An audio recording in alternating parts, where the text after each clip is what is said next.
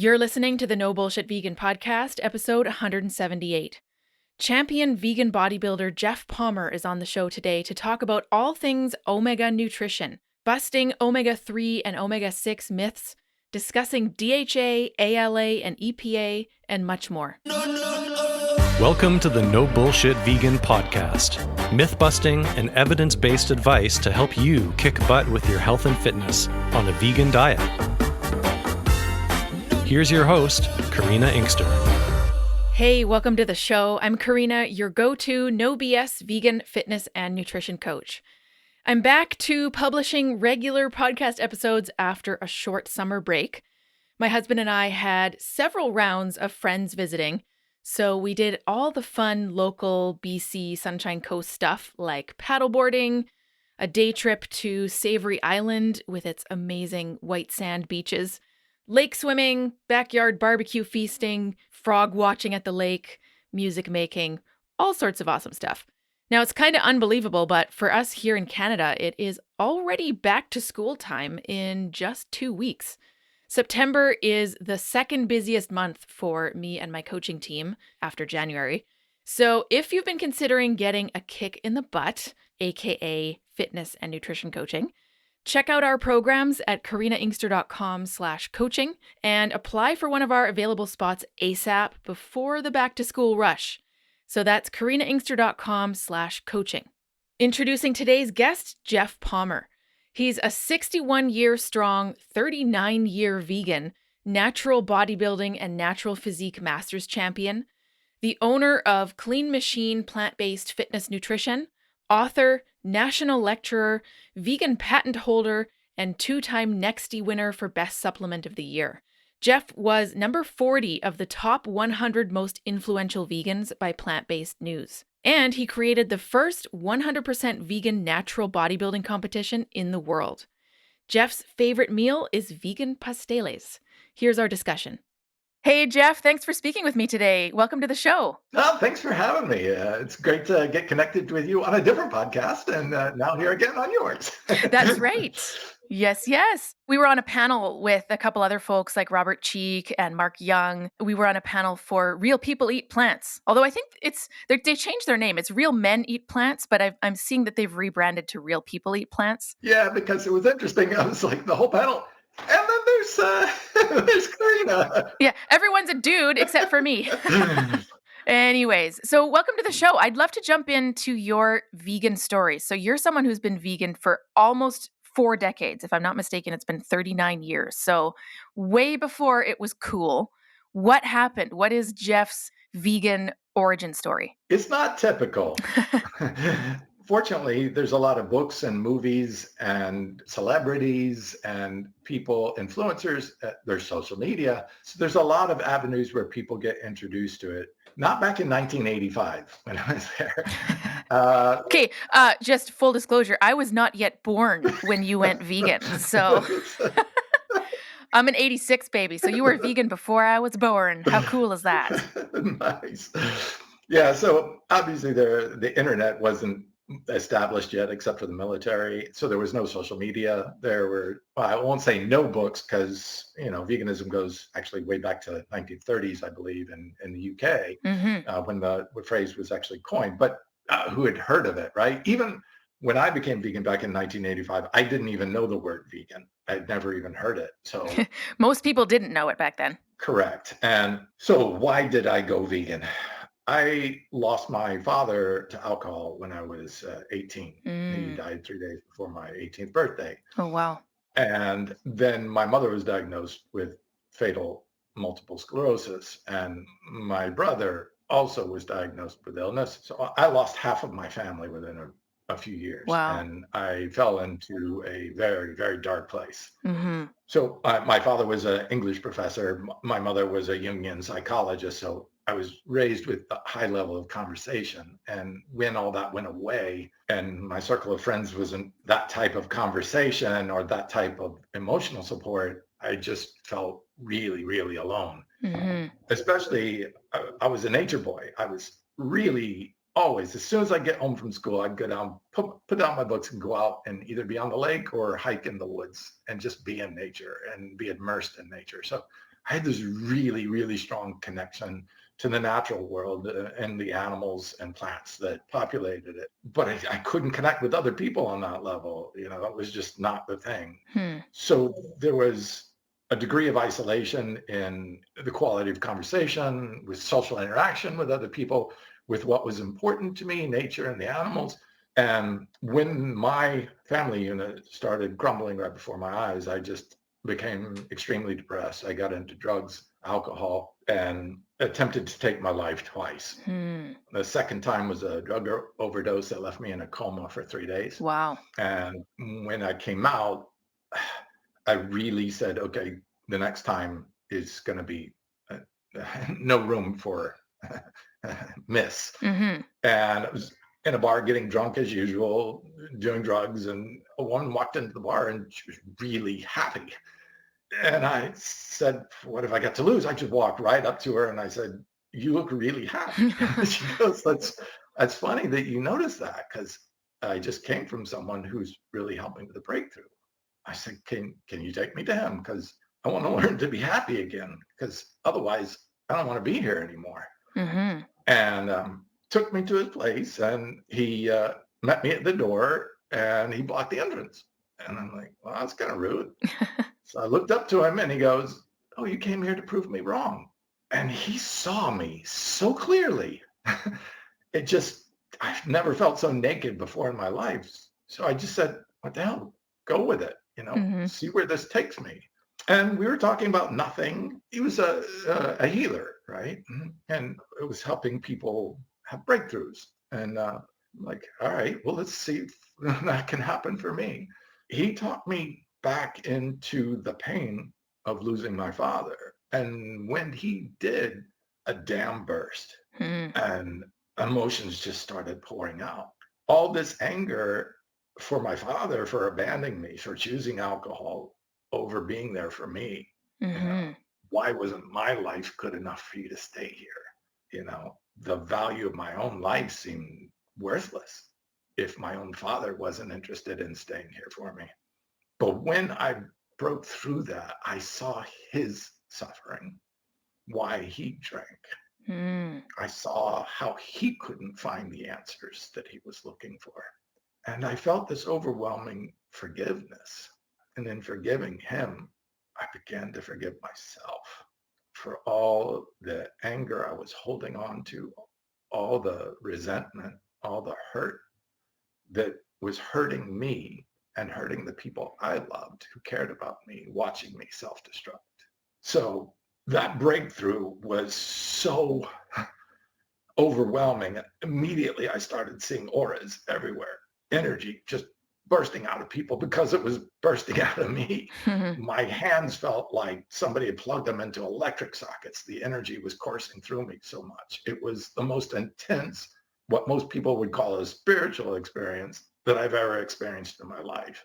I felt so happy. And I was like, I didn't even know it was possible to feel this happy. I was ecstatic. I was so relieved from my own pain and replaced with all this love for my father, this love for myself, this love for nature, this clarity that I was seeing now, that I just sat in meditation because I couldn't sleep all night. I just sat up meditating on, how do I give this feeling back? How do I pay this forward? Mm-hmm. And my higher voice in meditation just said, stop harming others. Stop harming the animals. And I'm like, oh my God, how come I didn't see that before? And that moment, I quit drinking, I quit doing drugs, I quit smoking cigarettes, and I quit eating all animal products that moment. Wow. Almost 40 years ago. And I'm still there now. I dedicated the rest of my life to helping others try to make this connection through health and fitness. I took off and just said, I've got to learn how people make breakthroughs in other cultures and other peoples around the world, because I was telling people my story and they were like, oh, wow, that's weird. That's extreme. That's, I can't relate. And I'm like, okay, well, I got to find a better way of communicating this experience to people, because it was such a profound positive influence on my life. My health improved, my energy improved, my body weight improved, everything improved. I never had a single day of depression since then in almost 40 years. And the depression then was so intense, I didn't want to continue living. Life wasn't worth living at that point. So no, not your typical path to veganism, but it was mine, and it was authentic for me, and it was real for me because I knew what suffering felt like to the core. And there was no way on earth that I would contribute to that kind of suffering, the suffering that animals are experiencing every day. So that's what's led me to a passion to create Clean Machine, to try to bring plant-based products to people, to become a natural bodybuilding champion, to try to show people, hey, you don't need animal products in order to be in the best physical shape of your life. And even to now, writing a book about omega nutrition, because there's still this misunderstanding that somehow we need preformed DHA for our omega nutrition. And it's just simply not true. We have the research to prove it not true now. So I'm writing a book. I'd like to call out and thank Dr. Milton Mills, who will be writing the foreword for the book. So I'm really excited. There is no animal on this planet that suffers more than fish in sheer numbers. 2.5 to 3 trillion fish are killed every year, and for a misunderstanding about omega nutrition, that somehow fish is supposed to be healthy, and it's not. It's not healthy for the fish, it's not healthy for the environment, and it's not even healthy for the human being that's eating them. I know some people don't believe that, and there's research out there that would show, hey, wait a minute, when people eat fish, they get healthier. Well, they're replacing animal products, which are much worse, like steak and meat and things like this, with fish. And fish eaters tend to eat a lot more plants. They're getting health benefits from the plants and from not eating the other bad stuff. It's not from the fish. So there's this overlap that is misleading people into thinking fish is healthy. No. In every study, they've shown where improvements were made for fish, if you took away the fish, the improvements continued to get better. So it's not the fish that's doing it. It's the more plants that you're eating that's doing it. Yes, and that's definitely something that I want to talk about because a lot of people have these buzzwords like DHA and ALA, and they're not entirely sure what they mean, but they know they're important. So first of all, thank you for sharing your vegan origin story because that for sure, well, first of all, it's very powerful. Second of all, I'm glad you're here 39 years later. That's amazing. And third, you're right. That is not a very common, this is why I went vegan story. So it's very unique, very powerful. And I appreciate you sharing that because everyone has their own path to coming to veganism. Sometimes it's about health. Sometimes it's about the animals. Sometimes it's about meditating and realizing, oh, maybe I shouldn't harm other beings. And whatever it is, we as ethical vegans want the whole world to go vegan, of course.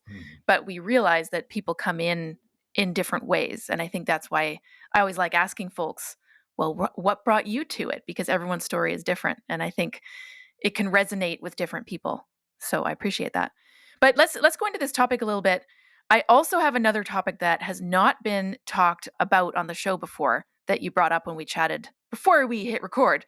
So I do want to make time for that too. But since we're on this track of the book you're writing and omegas, let's start off with what the myth is. Because there's a myth and then there's research that shows that it's not true. And then there's what we need to do as vegans. So it's kind of like, here is the belief system. Here's why it's wrong. And here's what we as vegans can do for optimal health. So let's go with the belief system first. So what are we told? This is kind of like another episode recently with Sandra Nomoto, which is about how animal agriculture companies mislead the public through marketing about the health benefits, the supposed health benefits of meat, dairy, and eggs, right? So I feel like this is kind of similar, but tell me about the current situation, the thing that we are fed that actually isn't true. There's actually a little cluster of them that together have cumulatively led people to a belief that that they need to get their omegas from fish oil. Let's start with the basics. Fish don't make omega-3s. They consume omega-3s. They get them from either eating other fish that ate algae or from the algae directly. The algae in the water is what produces the omega-3s, EPA and DHA. They don't make them. So let's get that straight from the beginning. Okay, on land animals, herbivores, all herbivores get their omega-3s from ALA. That's the only essential omega-3. Essential omega-3 means we have to get it from our diet because we can't make it ourselves in our body. Mm-hmm. Okay, so those are the basics. Now, the first thing was, oh, wait a minute. When we look at blood draws, we don't see ALA converting to DHA. It converts very readily to EPA in the bloodstream, which is good. Okay, so you can get ALA and EPA. That's never been the issue. It's the DHA. So we need DHA for our brains. That's the largest pool of DHA in our body is our brain. And so the assumption was, wait a minute, when we draw blood from people, we don't see ALA converting to DHA.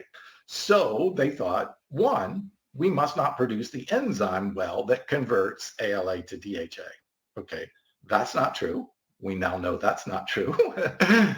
The enzyme is produced, but not in the bloodstream. This is where we got all these assumptions wrong.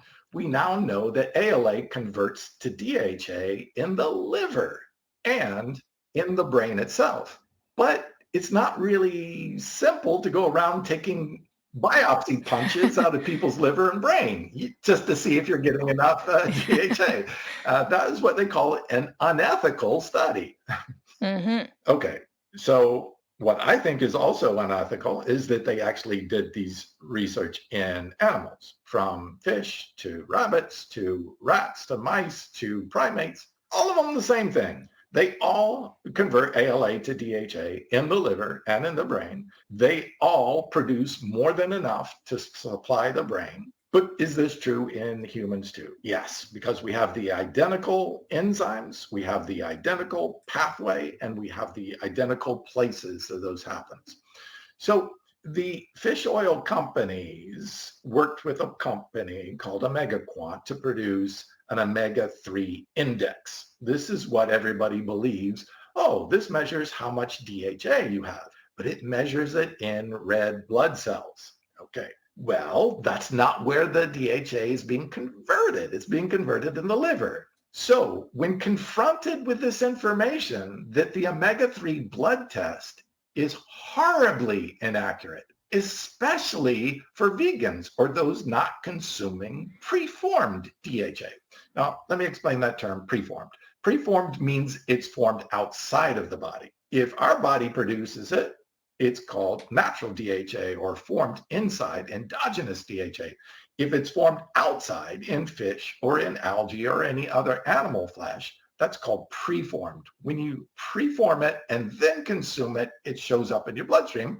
Obviously, that's where it goes after it goes into your digestive tract. But so taking fish oil made their blood DHA go way up. But taking plant omegas did not make DHA in the blood go up. Okay. At first we thought, all right, then plant-based omegas are insufficient for creating enough DHA for the brain. This was wrong. Now we know we produce 47 times more DHA from ALA in our tissues, the fat, the liver, and the brain. 47 more times than what's produced in the bloodstream. So that was all wrong. We produce way more DHA. Then they found out how much DHA the brain is actually using. Well, it uses about 2.5 to 3.8 milligrams of DHA per day. Okay. Our liver is producing about 7 to 8 times that amount just by consuming ALA alone. Interesting. So our body is consuming. As a matter of fact, a lot of that DHA ends up getting stored in the fat because we produce way more than we can ever use, even from ALA. And look, I am 40-year vegan, right? Never consumed any preformed DHA in 40 years. If it were true that ALA did not produce DHA, I would be dead right now instead of talking to you. So this is clearly not true. Now, where does all that stored DHA go? In fat. So they said, well, how much DHA is actually stored in fat? 20 to 50,000 milligrams is stored in the average adult human being. That's enough to feed the brain for over 20 years. That's how much excess DHA we produce even as vegans. This whole myth is a fear-based marketing scam by the fish oil industries. Unfortunately, Dr. Kahn and Greger and many of even the plant-based doctors bought into this fear. I'm sorry to say, even Dr. Clapper started taking algae DHA because of this fear, because of this misunderstanding. We have the research, we have the data now that shows this is absolutely false. And it would make sense. You look at our ancestors, they were landlocked. They were nowhere near any fish. There was no way they could consume any fish or preformed DHA. And we looked at their diet, and 90 to 98% of their diet was plants by the amount of fiber they were pooping out. Fossilized poop showed 200 grams of fiber. Modern Americans are eating 10 to 15 grams of fiber. So they were eating 20 times the amount of plants we eat today. That's a good point. I never really thought about the landlocked piece before. That makes complete sense. I mean, not everyone across human history has lived on a coastline with marine products accessible. So that's an interesting point. I never really thought about that before. And they even did what's called carbon isotope. They can see what's in the bones, what they were eating, because all food has a carbon signature. It's like a fingerprint. That fingerprint can be shown up by what they were eating. If they were eating fish, fish have a specific carbon isotope fingerprint. It would show up in their bones. They looked at people around the Mediterranean, right? The Mediterranean diet centered on fish. They found 0 incidents of them consuming fish of all the Mediterranean fossil bones that they picked up from our ancient hominin ancestors. So the Mediterranean diet didn't even include fish, the original Mediterranean people. Interesting. And we know this, and it's inarguable because these are carbon isotope tracings. It's not like you can fool us like, oh, we slipped some fish in there. No, that would show up in the bones. This is kind of the reasoning behind why this is a myth, why this is a marketing scam, essentially, as you call it, right? Very similar, again, to what the animal agriculture industry at large is doing with products like meat, dairy, eggs, etc. It's kind of the same idea, except, as you mentioned, there are plant-based folks, high-level vegan professionals who are buying into this idea and who do the supplementation route, etc. So given that this is a myth, given that we know why, it's always important to ask things like, well, compared to what, right? So your example of looking at people who eat more fish, well, compared to what? What if you compared them to people who just eat more plants and not the fish? Correct. Right? So it's a very important piece there. And then you also need to ask, what does this look like in real life, right? So sure, maybe there are amounts of omegas that we're not getting as vegans, but what does that look like in real life? How much does our brain need every day? How much does our body need, and what's stored in it, which you've gone over? So it's a little bit of, well, okay, one thing might be true, but what does that mean? What does that mean for our health and how our physiology works? And the funny thing is, when you look at the data, we know what the symptoms of DHA deficiency is. And they've never found a vegan with DHA deficiency, even if they were only consuming ALA and not consuming any DHA at all. So there's just 0 evidence of DHA deficiency in any vegan. They were basing all this information on blood tests. Okay, so why does the body not convert ALA to DHA in the blood? Because it is known that DHA increases LDL cholesterol. Okay. This can increase the risk for atherosclerosis, the #1 cause of death of human beings on this planet. If DHA comes in contact to the heart muscle, DHA can lead to atrial fibrillation. Those with AFib, as it's called, have a 63% higher risk for heart attacks than those without it. So the body does not want DHA in the bloodstream. It intentionally keeps it out of the bloodstream. The heart muscle can't even produce DHA because it would be harmful to it. So the heart doesn't even convert ALA to DHA. But if you take DHA preformed, you are putting it in the bloodstream. You are causing an increase of LDL cholesterol, which can lead to plaque and atherosclerosis. You are pushing it up against the heart muscle, which can cause AFib. We know now multiple meta-analysis studies. A meta-analysis study is one looking at a bunch of different studies, not a single study, but it's looking at the cumulative base of it. Several meta-analyses all have said taking fish oil increases your risk for atrial fibrillation. And again, we're talking about taking something that you do not need, but can increase your risk for atherosclerosis, the number one cause of death, and atrial fibrillation, which can put you at a very high risk of heart attack. Why on earth would you do that? And finally, it's shown in vegans that if you take preformed DHA, there is a negative feedback loop that lowers your conversion of ALA to the DHA that your body needs. So by taking DHA, you could actually lower your available DHA as a vegan. Interesting. Potentially harm-causing and interfering with our own natural processes. A double negative. See, and this is mind-blowing to a lot of folks who have been taught for the past 40-odd years probably that fish oil, let's call it, but technically we're talking about omega-3 supplementation, yes, is supposed to be good for the heart and is supposed to decrease risk and it's good for cognitive function and stuff. But at this point, a quick search, like I just found a study that was published in May of 2024. So we're talking like just a couple months ago. Right now, it's the beginning of July. It was published in BMJ Medicine, and they had data for 415,737 people, all aged between 40 and 69. So this is a large sample size. And they found that fish oil was linked to a 13% higher risk of having atrial fibrillation as a first-time heart problem, so in people who have never had issues before, and also linked to a 5% higher risk of stroke as a first-time heart problem. Like, why is nobody talking about this? Why is this just like coming out of the woodwork now? It's funny because these studies have been surfaced for over a decade. We've known this correlation for over a decade. And that's just one study in 2024 that's gotten some buzz now.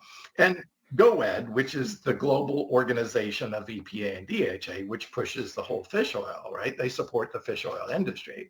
They came out and said, oh, that's just one study. And I'm like, okay, you're bold-faced lying to the public right now, because if you know about that study, then you know about the 6 other meta-analyses that are out there that have shown, and that's the low end. 13% AFib. Wow. There's another meta-analysis that shows 25% AFib. And a further one that says if you actually increase that to 1 gram a day of fish oil, you get a 49% increased risk of AFib. And that's a meta-analysis looking at 7 different studies. That was the average. That means some of the studies had higher than 49% increased risk. That's insane. So what do we as vegans, well, I was going to say, what do we need to worry about? But the answer is nothing, clearly. But like, what does this mean for us, Geoff? What does this mean on a day-to-day basis? You know, there's things like the Daily Dozen. There's things like make sure you get your algae supplement. By things, I mean suggestions from high-profile vegan people. Does it matter? Do we have enough regardless of what we eat as long as it's a mostly whole foods diet? What's the deal? That's a great question. And unfortunately, the answer isn't simple. So the vast majority of people probably still aren't consuming enough omegas in their diet just because we're not eating as a purely whole food, organic, locally grown, in fungi-rich soil. Okay, it's just not happening. That's the case. So the nutritional value to our food is a fraction of what it was in the wild. We just don't see the nutritional. A Rutgers study showed biodynamic grown produce had up to 6,000% higher nutritional value than commercially bought organic produce. So, you know, we can eat right and do everything right and still be getting not enough. That's where I think supplementation can just make sure that we are, because it's not good to take risks and be honest with yourself. Go to Chronometer or one of those calculators and put in your daily diet, but put it in for an entire month, to give yourself an idea. Are you really meeting your daily requirements on there? And now it's going to say your daily intake of DHA. That's going to be wrong because you don't need it in a preformed source. You do need ALA, and the proper dose is around 1,200 milligrams per day. And to be honest, most vegans aren't consuming that. There are some that are diligent about, making sure they're getting their hemp and stuff like that. But for the vast majority of people. Now, there is a second issue here that we need to talk about, just to be clear. There is a group of people who have a genetic variation. It's anywhere from 10% and could be more than that, because we just don't have big enough population studies yet to confirm. But there's a rate limiting enzyme that converts ALA down to its next step, which is SD. So if your body produces enough of that enzyme, you're good. You just need to consume enough ALA. But there are people who don't produce that enzyme very well. I won't bore you with the statistics or the analysis, but it's an expensive thing to try to find out if you are ApoE4 FADS2, SNPs. They're called SNPs, polymorphisms. All right, they're changes in your DNA that you're born with. There's nothing you can do about it, but you either have to eat a lot more ALA than the normal person to get the same amount, or you could consume a source of SDA. Now, certain plants do make SDA. That's the next step down. So it bypasses that enzyme. So I went out and found the richest source of SDA of any plant in the world. So I could give people a universal omega-3 that everyone, regardless of your genetic makeup, can get sufficient amounts of omega-3, even if you have that genetic difference. And you won't know unless you do a very expensive genetic test. So you could take the test to find out. And if you do, then try to consume either a lot more omega-3 in your diet, or take a supplement like ahi flower that is the richest source of SDA. Now, at first I was going to launch a hemp oil, because hemp is one of the other few plants that has SDA in it, stearidonic acid. But when I found ahi flower and it won the NEXTY award for the best supplement of the year, I was like, okay, this is 8 times more SDA in it than hemp oil. So hemp's an awesome source. It's one of the few with SDA in it. Ahi flower is 8 times better than it in as far as that. Now, what does that SDA mean? It means more of the omegas actually convert to EPA into DHA, and at a higher level and a quicker level than, say, flax or chia, which has no SDA in it at all. So, yeah. Interesting. This is a very interesting answer because, as you said, there's multiple parts and it's not just easy. Like, an RDA for iron for women is this, and for men is this. It's kind of like protein. It depends on a lot of different factors. Yes. And in this case, one of those factors is possibly genetic. Yes. And unless you're going to do an expensive test, which I'm not interested in doing, then it's just better to be safe, right? And either track and look to make sure that you're way above the 1,200, which is kind of difficult to do without consuming too much fat, because that's what polyunsaturated fats are. And of course, now another thing people don't realize is that the omegas that you consume, about 70% of them actually get burned up as calories. Mm-hmm.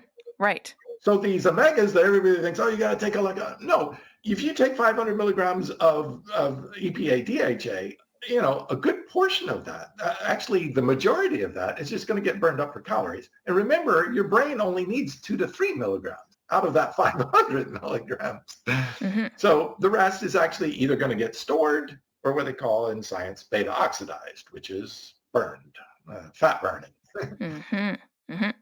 That's the case with so many things. I feel like that concept is forgotten a lot of times. So like taking digestive enzymes, your stomach acid is going to kill those things, or most of them. Taking like collagen, which of course is not vegan, but there's collagen boosters supposedly that are plant-based. Your stomach is just going to digest that stuff, So it's kind of the same concept. We don't really think about what's happening physiologically when we consume some of these things. Well, and it's the pathways too. Our body has this very complex pathway to take ALA, convert it to SDA, then ETA, then EPA, then DPA, then finally DHA. And it has those steps for a reason. So our genes can turn on and off the enzymes that do each one of those steps of conversion. This is how the body regulates exactly how much of each one of those the body needs. If you have high blood pressure, you're going to need a little bit more EPA. If you have certain other issues of inflammation, you're going to need a little bit more DHA. So the body is constantly turning on and off these enzymes in order to regulate inside. When you take a fish oil supplement, you're just dumping preformed in there. And the body's like, whoa, I didn't make those. What are you doing? Where'd you get those from? And that's what causes, when you take DHA, the body says, whoa, that's way too much DHA. Let's shut down the whole process. So you turn off the whole stream and EPA starts to actually build up, which can cause brain fog and brain dysfunction. So you're dumping stuff in and messing up the whole endogenous process. This careful balancing act that the body does is like taking steroids. Our body produces its own testosterone, both men and women. But if you take a preformed exogenous source of steroids and dump it into the system, the body says, whoa, I don't need to make my own, and shuts down its production of testosterone. That same process is happening in our bodies with DHA. When you take a DHA supplement, you are basically jumping the system and overriding the system and screwing up a whole perfectly balanced system that the body has in place. Every single animal has this in place. Actually, interestingly, carnivore animals don't convert ALA down to EPA. They start with EPA and only go to DPA and DHA. It's because they're eating other animals. Animals only produce EPA and DHA just like we do. We produce it in our body just like every other animal on the planet. We're no different. But this is how we can tell human beings are not carnivores, because carnivores don't have this system in place. Only herbivores and some omnivores do. Mm-hmm. Yet more ammo for these carnivore human people. beings are herbivores. Yes, exactly. Oh man, well, I feel like the carnivore movement, for whatever reason, is gaining some level of traction.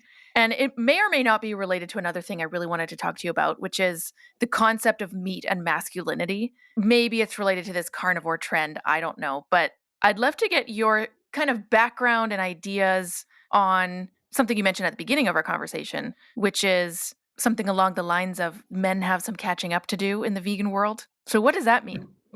So a recent poll, and it's probably updated since then, but just for reference, rough numbers. They took a polling and 80% of vegans in America are women. 80%. That's an 8-to-2 ratio. It probably hasn't changed that much, honestly. Maybe it's like 70-30 or something. I don't know. Exactly. So men are 50% of the population, which means they're lagging way behind in the amount of people coming to the understanding that it's better for the health, better for the planet, and clearly better for the animals. So why this resistance from males? So males have this concept in their mind, and it's ages old, of power over instead of power with. So examples of power with are collaboration, partnerships, teamwork. This is power with. This is stronger together. It is seeing our connection with the animals and seeing the positive relationship we can have with them, rather than power over is I kill you, I win. I dominate you, I win. I'm stronger than you, I win. It's that, which they call in zero-sum thinking, meaning 1 plus 0 equals 1. That's a win, right? One person wins, one person loses, and it's called a zero-sum game in game theory.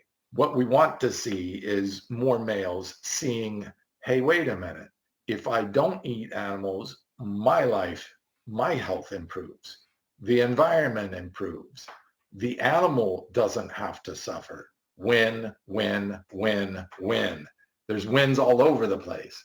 It's seeing your win as in everybody else's win as well. Mm-hmm. Guys need to get out of the group think that the only way I can win is by beating, bullying, abusing, killing something else. That's a win-lose situation. And that's the basis of psychology for men, unfortunately, that we need to change. How we change that? That was my next question for you, Geoff.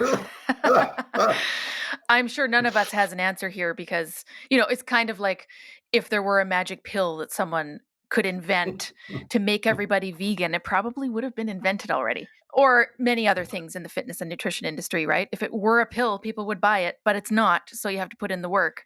So yeah, I mean, do you have ideas on what we as vegans can do? Is it a matter of getting folks like Robert Cheek, who was on the podcast that we were on recently, bodybuilding types like yourself, natural bodybuilding champions? I mean, you even started your own vegan bodybuilding championship, which is pretty awesome. Mhm. That's an avenue for sure. Do we just need different options? I remember the Game Changers documentary was actually pretty key. I got so many dudes coming into our business, of course, fitness and nutrition coaching, saying, "Hey, I watched the Game Changers. Now I'm vegan. What do I do?" Right? So I feel like there's different approaches, but how do you think we should move forward? Yeah. So, I was at a veg fest and, I've got the 17-inch arms. And a girl came up to me and said, "Oh my God," she saw my vegan shirt. She said, "You're vegan?" And I said, "Yeah, for over 30 years." And at that time. And she said, "Can I take a picture? Because my boyfriend's not going to believe you." Well, that's one effective form of activism, isn't it? Exactly. And I thought, oh, wait a minute, just be a billboard for it. So I always wear vegan shirts in the gym. And I even got comments on my shirt today. So my shirt on the back said 39 years vegan, 60 years of age, and 100% drug free.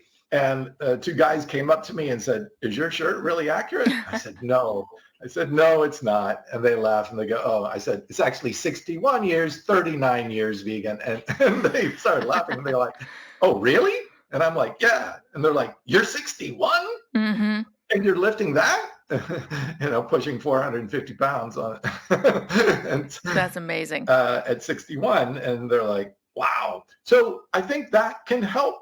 But I think books like I'm writing to really show the research and show the lies that we've been sold. When I approached GoEd, right, I did a podcast on NutraIngredients, which is the largest industry podcast out there for inclusive of the fish oil, which makes up a big portion of them. And GoEd did a response to my interview showing that EPA and DHA are not necessary, that our body makes all that we need, and that they were looking in the wrong place with the omega-3 index.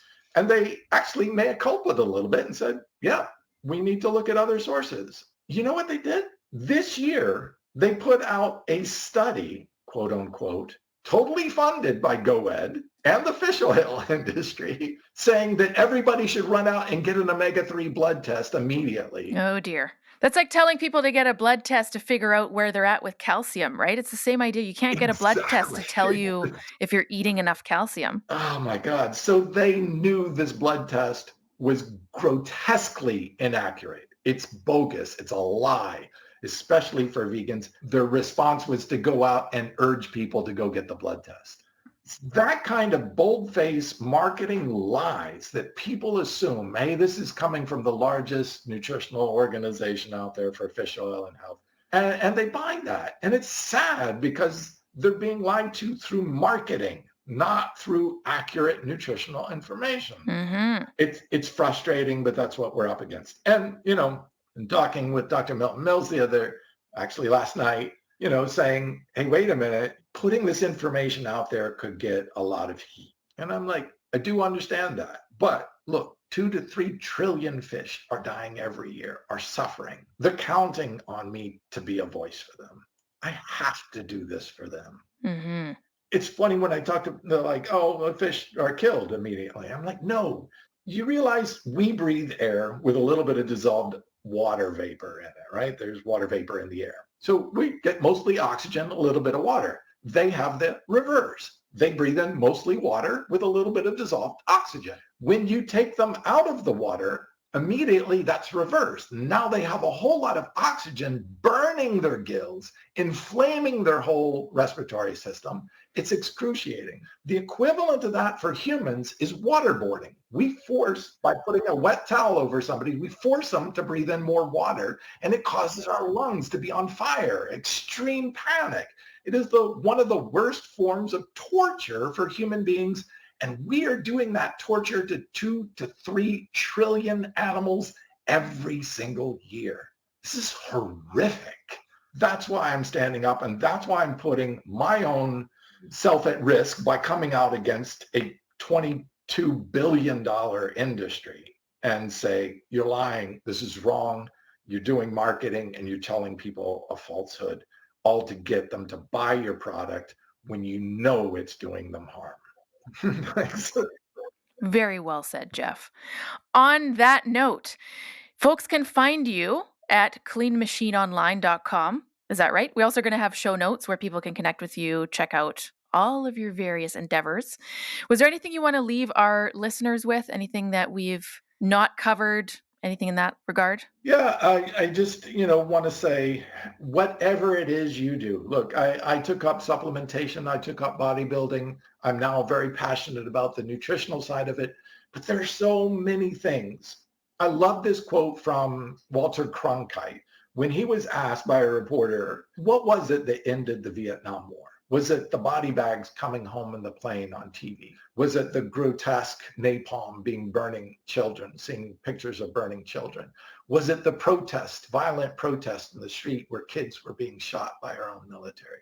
What was it that stopped the war? Was it the economic situation?